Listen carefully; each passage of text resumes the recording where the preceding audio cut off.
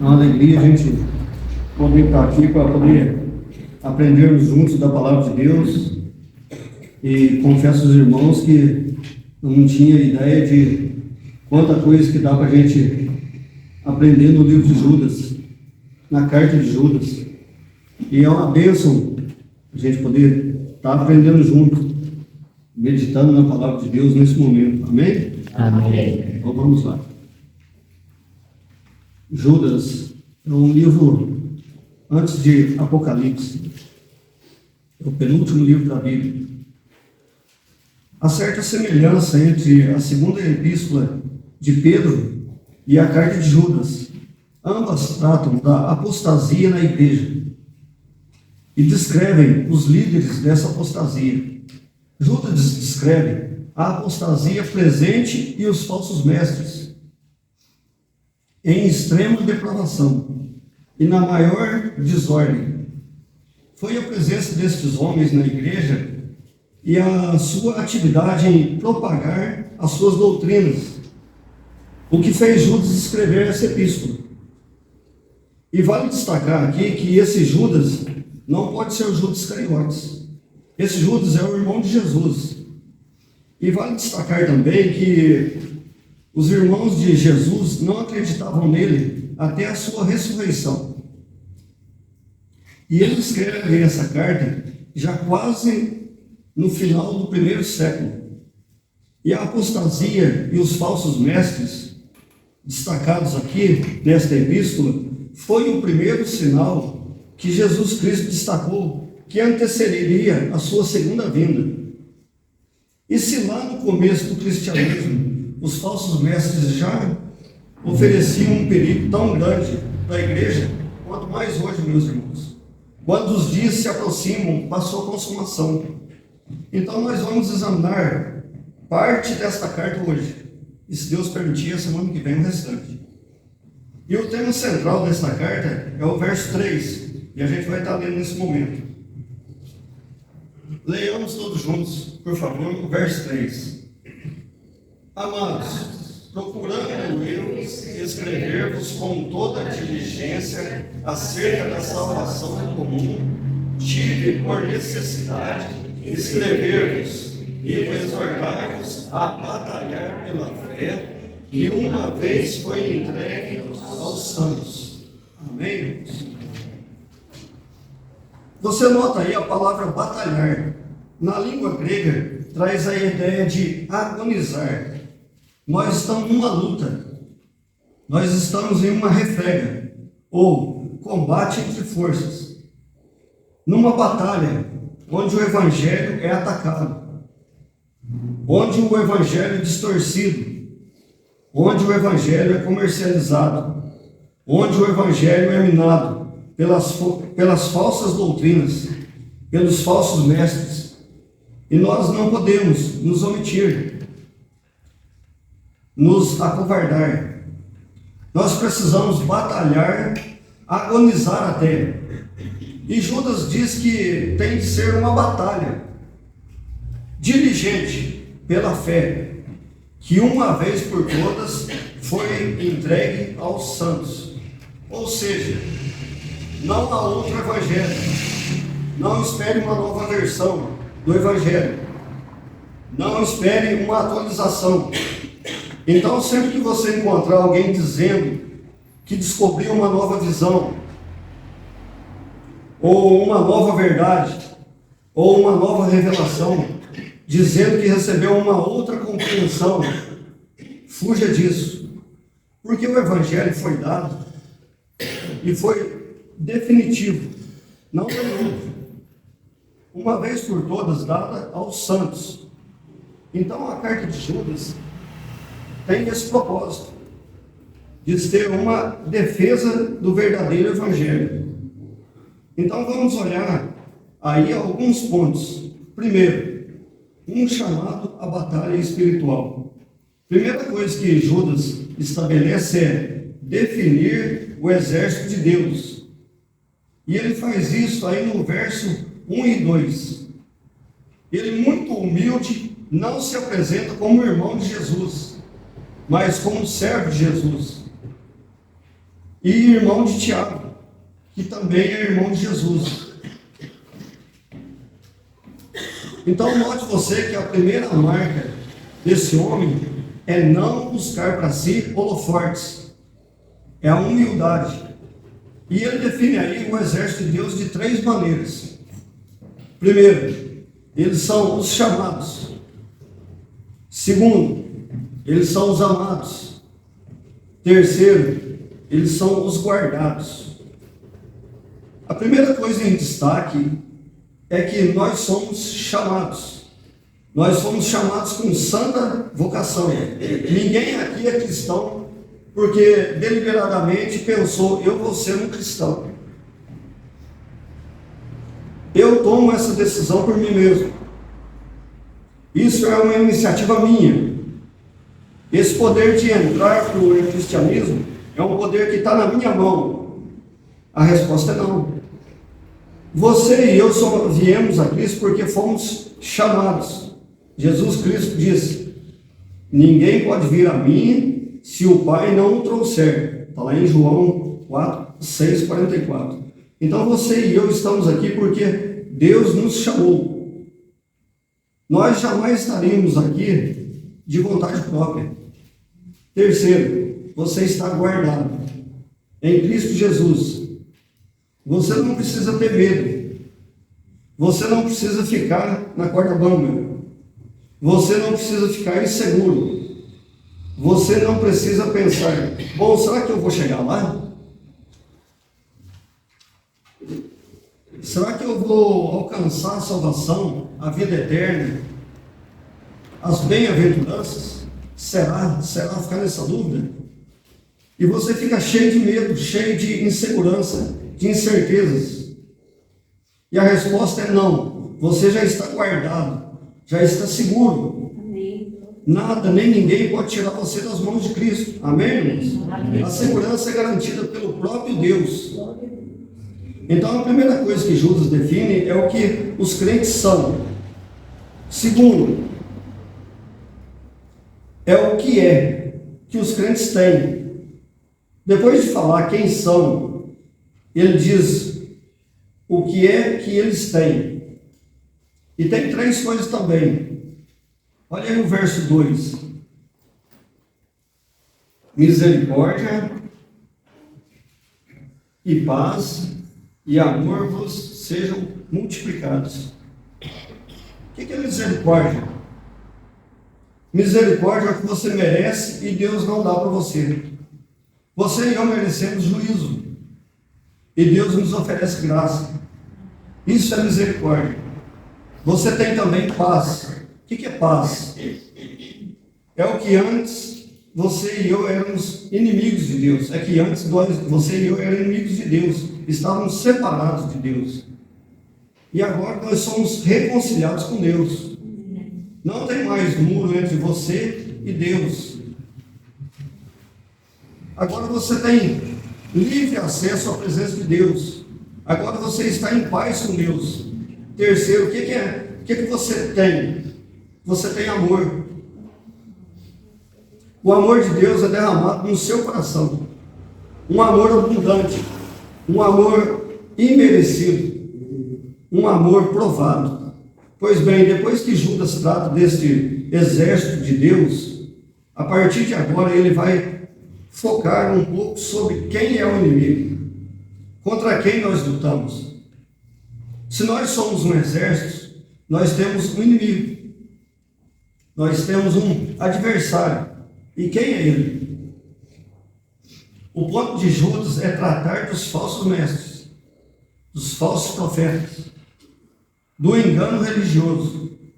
E ele vai então fazer uma definição deles. Primeiramente, olha no versículo 4, por favor. Alguém poderia ler o 4, por favor?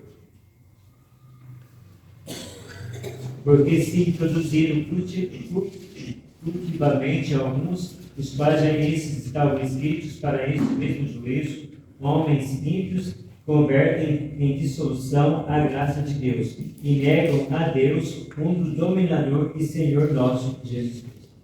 Obrigado. Porque introduziram furtivamente ou introduziram com dissimulação. Os falsos mestres. Dissimulação é alguém que entra com um disfarce. É alguém que não tira a máscara para dizer quem é. É alguém que esconde as unhas. É alguém que esconde os dentes. É alguém que parece ser, mas não é. E ele se introduz. O falso mestre, ele não fica lá no reduto dele, pregando as heresias dele. Lá no cantinho dele. O papel do falso mestre qual que é? Se introduzir, se infiltrar, se misturar. Entrar para dentro da igreja, e esses falsos mestres podem tanto vir de fora para dentro, como brotar de dentro para fora. Porque também há na igreja de Deus salvos e não salvos. Igreja de Deus que eu estou falando agora é a igreja visível. Organização. Nem eu nem você tem a capacidade de saber quem realmente nasceu de novo ou não. Esse pente fino, esse filtro só Deus tem. Então é possível que na igreja visível, num dado momento, sem que nós tenhamos a capacidade de discernir entre gente que não é de Deus, para se infiltrar. Nós não temos essa capacidade de saber. Esse é o perigo. A igreja de Deus, enquanto não for levada para o céu, ela enfrenta esse perigo, essa ameaça. É por isso que nós temos que batalhar diligentemente. A segunda coisa, olha o verso 4, ainda parte B, por favor. Não precisa ler todo o versículo, mas notem aí onde diz assim, presta atenção, a parte B, que convertem em dissolução a graça de Deus, em dissolução a graça de Deus, até aqui. Agora eu te pergunto, por que eles convertem em dissolução a graça de Deus? Ou, em outras palavras, transformam em libertinagem a graça. O que é graça? Graça é um favor de Deus imerecido. Você, pela graça, está salvo. Você é livre. Você não é escravo mais. Mas os falsos mestres dão uma liberdade maior do que a realidade é. Porque a graça de Deus torna você livre do pecado e não do pecado. Você não é livre para pecar. Você é livre para não pecar. O homem que é escravo do pecado, ele não pode deixar de pecar porque ele é escravo. Ele é escravo da bebida, ele é escravo do sexo, ele é escravo do cigarro, ele é escravo da mentira, ele é escravo das drogas, ele é escravo da vaidade, ele é escravo do orgulho, ele é escravo dos demônios, ele é escravo do mundo, ele é escravo da carne, ele é escravo. A graça de Deus nos liberta para não pecarmos. Você pode? Poder eu posso. Mas eu posso não também. Eu posso não beber, eu posso não fumar, eu posso não me drogar, eu posso não me prostituir, eu posso não ser desonesto, eu posso não. Então a graça nos livra do pecado. E o que é libertinagem? Libertinagem é um comportamento ou estilo de vida caracterizado pela busca excessiva e desenfreada de prazeres. E aí a pessoa se rende ao pecado pensando que ele é livre. Porque vocês sabem qual é o discurso da libertinagem hoje. Você pode tirar, por exemplo, hoje as novelas e outros programas, e vários programas da internet, por exemplo. O que muitas mídias proclamam. O que elas proclamam? Maior, vamos dizer aqui, talvez 90% da mídia. O que elas proclamam? Uma liberdade falsa. Ou liberdade segundo eles. Sem proibição, sem restrição, nada de barreiras, nada de balizas, nada de proibição. É proibido proibir. Isso para eles é liberdade. Mas isso não é liberdade. Isso é libertinagem. E o que os falsos mestres fazem? Transformam a graça de Deus em libertinagem. Mas notem mais, eles mais do que isso, eles negam a supremacia de Cristo. Verso 4 ainda, olha aí o que diz, no finalzinho, e negam a Deus. Ou seja, não dá para levantar essa bandeira de libertinagem e ao mesmo tempo dizer, Jesus Cristo é o meu Senhor. Não dá, não tem como. Então o que eles fazem? Mudam a doutrina. Presta atenção nisso, irmãos. A doutrina é a mãe da ética. O que você crê, você faz. Se você tem um comportamento errado, automaticamente o que você vai fazer é mudar a doutrina. E se você muda a doutrina, você vai ter um comportamento errado. Então não dá para defender que Jesus é o Senhor e ao mesmo tempo viver uma vida desregrada. Mas tem mais, esses inimigos estão destinados à condenação. Em outras palavras, aqueles que escolhem o caminho da libertinagem ou da falsa doutrina não escaparão do juízo condenatório de Deus. Pois bem, meus irmãos, o que a igreja vai fazer com isso? Olha o verso 3, parte B. E exorto-vos a batalhar pela fé que uma vez foi entregue aos santos. Você vai batalhar diligentemente pela fé que uma vez foi dada aos santos. Então, já que você sabe que os falsos mestres estão por aí, estão se infiltrando, estão levantando suas bandeiras de libertinagem, não se sujeitem ao senhorio, não se sujeitando ao senhorio de Cristo. Qual o papel da igreja? A resposta é batalhar pela verdade. Meus irmãos, isso é muito importante, batalhar pela verdade. Nós não podemos abrir mão da verdade. Aí o ponto 3 que eu quero focar com vocês é a vitória que nós temos, a certeza dessa vitória.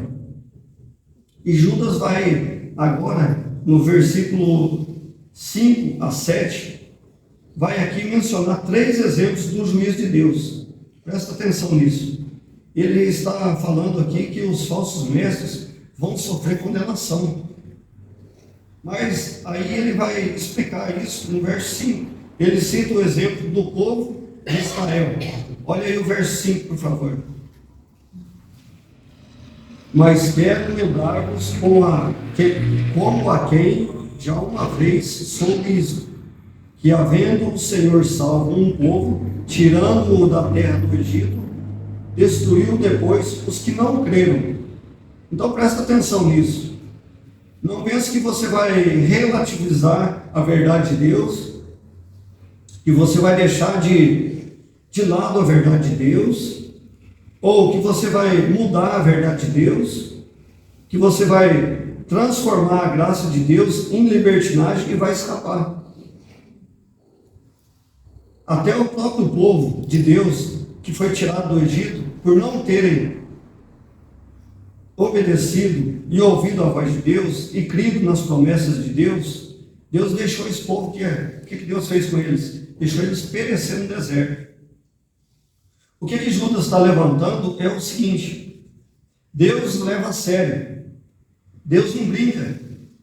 Segundo exemplo que ele dá está no verso 6. Os anjos, vamos ler, o 6, a parte A.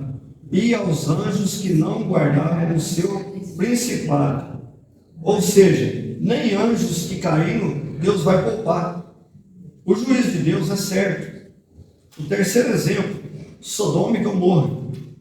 Olha aí o verso 7, por favor. Assim como Sodoma e Gomorra e as cidades circunvizinhas, que havendo se entregue à fornicação como aqueles, e ido após outra carne, foram postas, por exemplo, sofrendo a pena do fogo eterno. Notem vocês que Israel foi julgado por causa de quê? Está lá no verso 5. Porque não creram. Os anjos que caíram foram julgados por causa de quê? Rebelião. Sodoma e Gomorra foram destruídos por causa de quê? Prostituição. E a prostituição aí em Sodoma tem um aspecto particular, chama-se homossexualismo. Nota no final do verso 7, que diz assim: foram postas, por exemplo, sofrendo a pena do fogo eterno. O grande problema de Sodoma era que era uma sociedade não só corrupta, promíscua, mas também no aspecto da homossexualidade. Para vocês terem uma ideia dos sodomitas, eles quiseram fazer sexo com os anjos, que se hospedaram na casa de Ló, porque os anjos aí tomaram uma forma humana. A nossa sociedade está querendo hoje aplaudir essa prática, achando-a legítima, achando-a normal, querendo dar um selo de legitimidade a essa prática.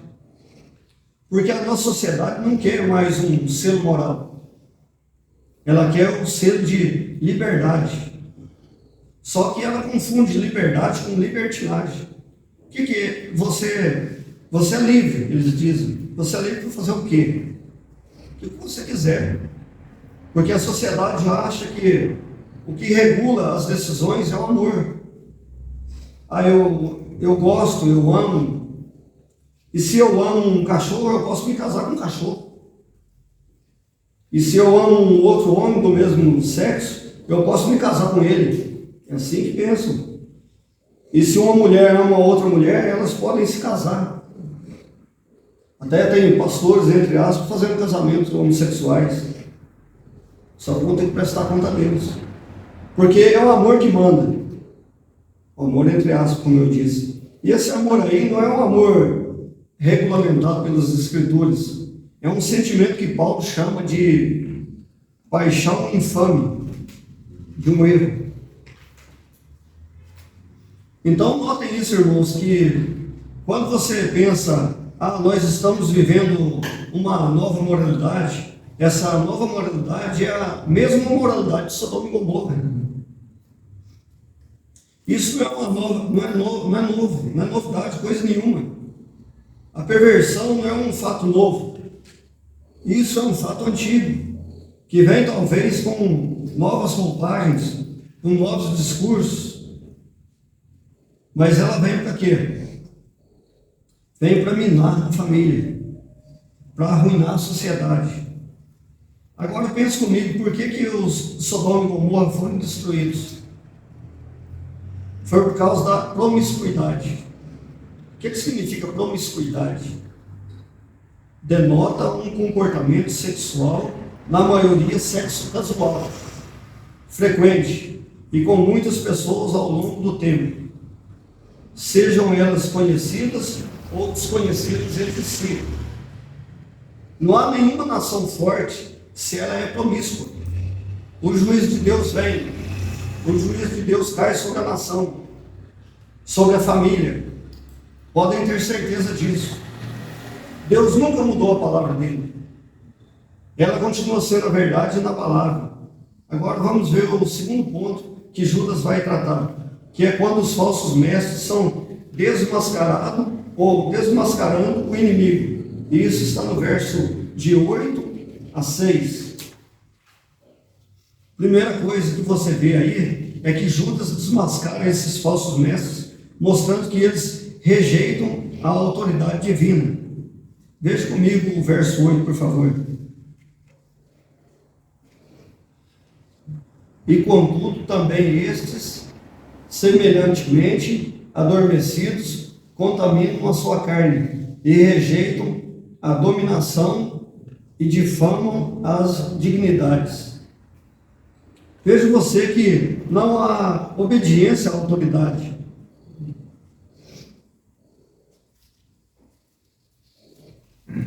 Um falso mestre não segue um roteiro de obediência, de jeito nenhum, de forma alguma. Ele não se submete. Ele é um sonhador alucinado.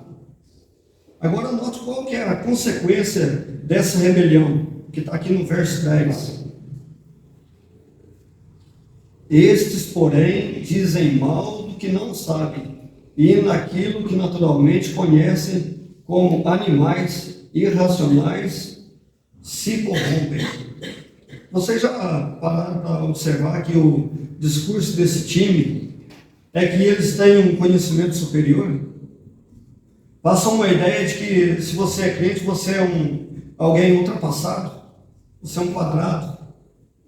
Nós nos julgam como quadrados. Eles acham que nós não acompanhamos o desenvolvimento da sociedade.